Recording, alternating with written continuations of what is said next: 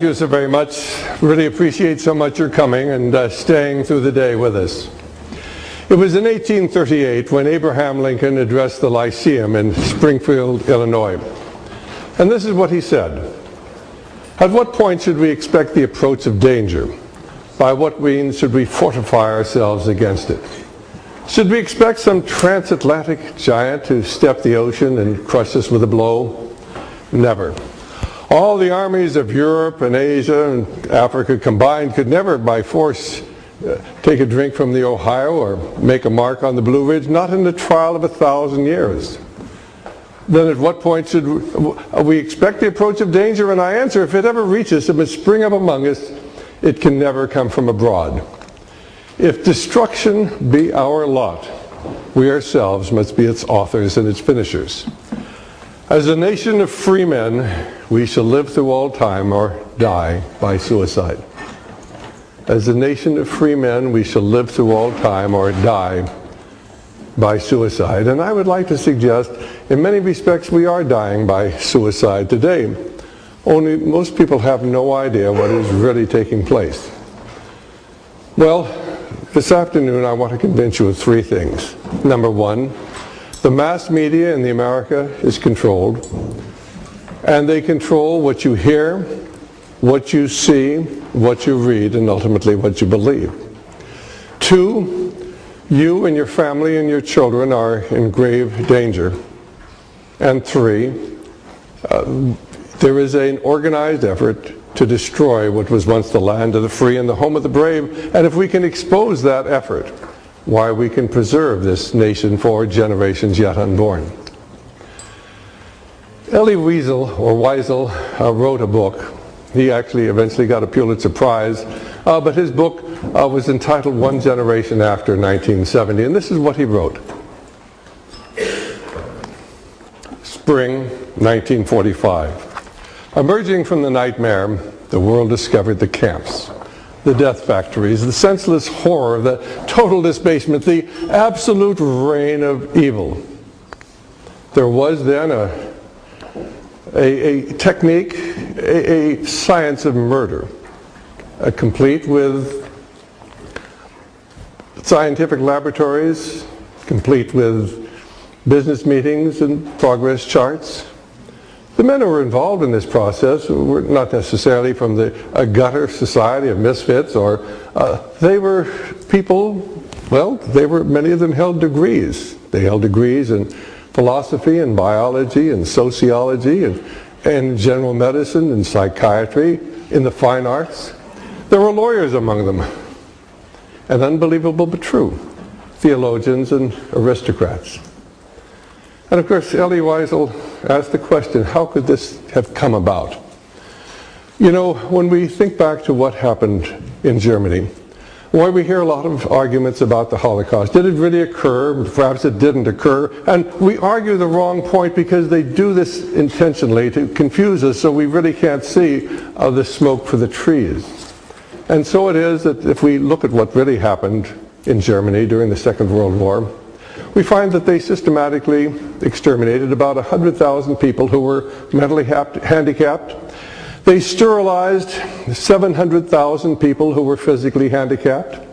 According to Norman Cohn in his classic work, Professor Norman Cohn, A Warrant for Genocide, they killed 6 million Jews, but they also killed 12 million others. Now, everybody has heard, every literate person in this room, in our country, has heard of the 6 million Jews, but why have we never heard of the 12 million others? Certainly those of you who have read Corrie ten Boom's book, The Hiding Place, will remember that she and her sister and her father were taken to a concentration camp because they were hiding Jews in their home, and of course they were all to be exterminated for some strange reason. She was spared and the others were killed. Now, why was Adolf Hitler killing Christians? In fact, most of the people who were exterminated in those camps, other than the Jews, were Christians, because Germany at that time was a strongly Christian nation. It's no longer a strongly Christian nation, but in those days it was. How could it be that anything this horrendous, we would never hear about the 12 million others? Does that bother you? There were many other things that happened at that time. There was something known as Operation Keelhaul. Immediately after the Second World War, there were Russians who had either gone over to the Nazis because they hated communists, or they had certainly been captured by the Nazis, but some of them were living in the United States in camps, or in Canada, or in England, or in Europe. They were all in camps. And they were systematically rounded up by the American government, and the Canadian government, and the British government, and the European France, and they were sent back to Russia to be killed. It was known as Operation Keelhaul. Now, the figure is 6 million. You'll go up on the internet, you'll see some references to 2.7 million, but the best source of information is a book called Secret Betrayal, written by Tolstoy, who was the famous author's nephew. But his book, Secret Betrayal, documents about, I think it was pretty close to 6 million were rounded up and sent back to be killed. How could you conceal something like that in America? Unless there is a degree of control over what the American people think. And there's a book that all of you need to get. We carry it. It's called The New Media Monopoly.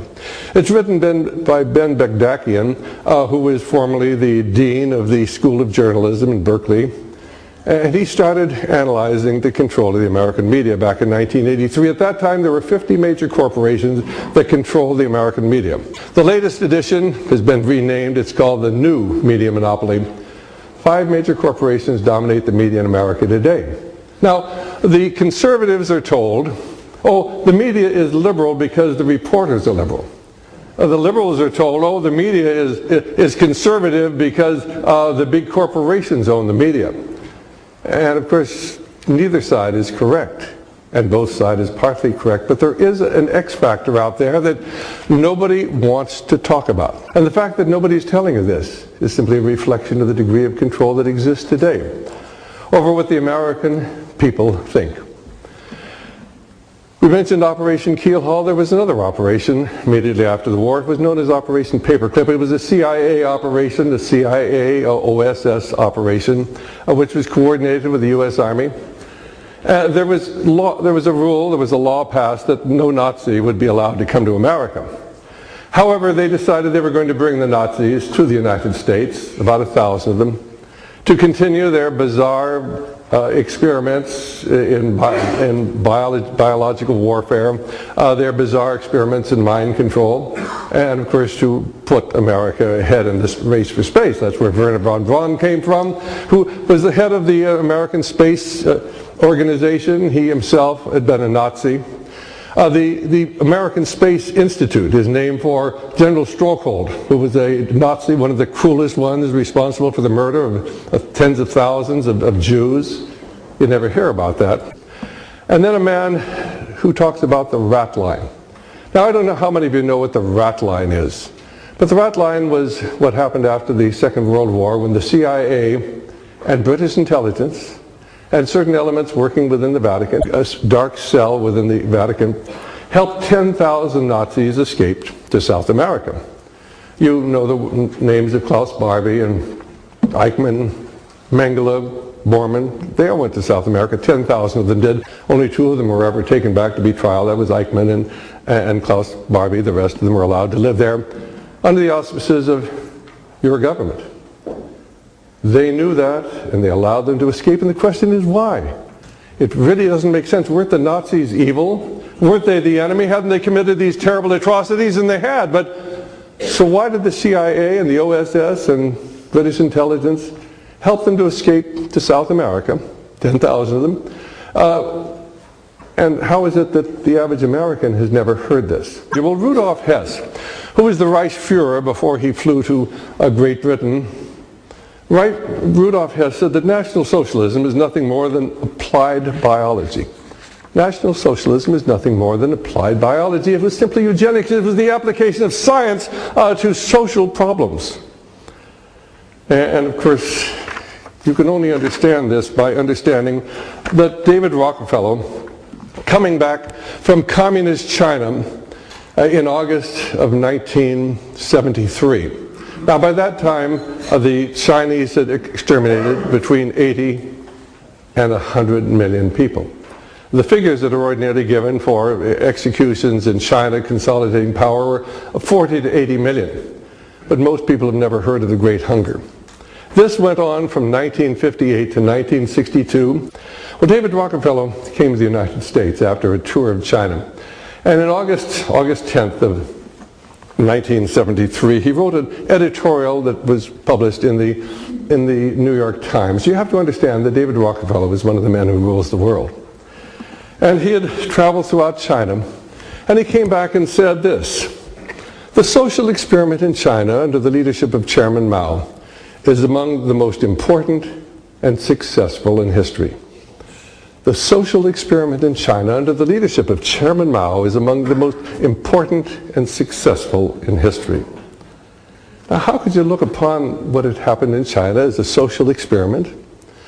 Well, you must understand there are people who look at the world differently than you and I do.